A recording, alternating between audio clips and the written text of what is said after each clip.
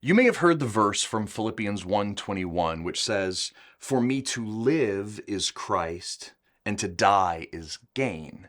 But what you may not know is that the whole letter of Philippians has more to say about suffering than almost any other book in the New Testament.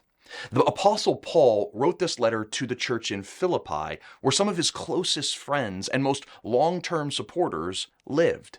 And Paul, in the meantime, was suffering in prison.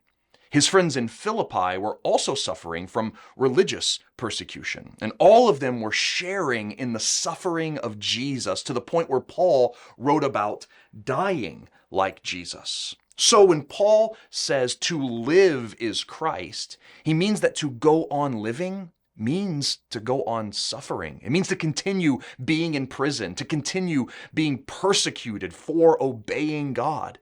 That's why he says living is being like Christ, because Christ suffered for his obedience to God's will as well.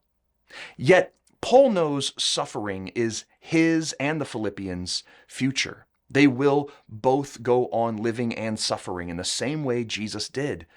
Just as Jesus' suffering brought life to the whole world, surprisingly, their suffering will bring life to those around them. But Paul also says to die is gain.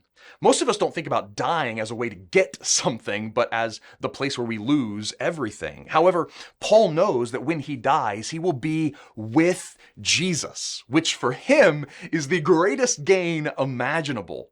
Just as Jesus, before his death, rejoiced that he would soon be rejoined with his Father, Paul rejoices that when he and his friends die, they will be with God too.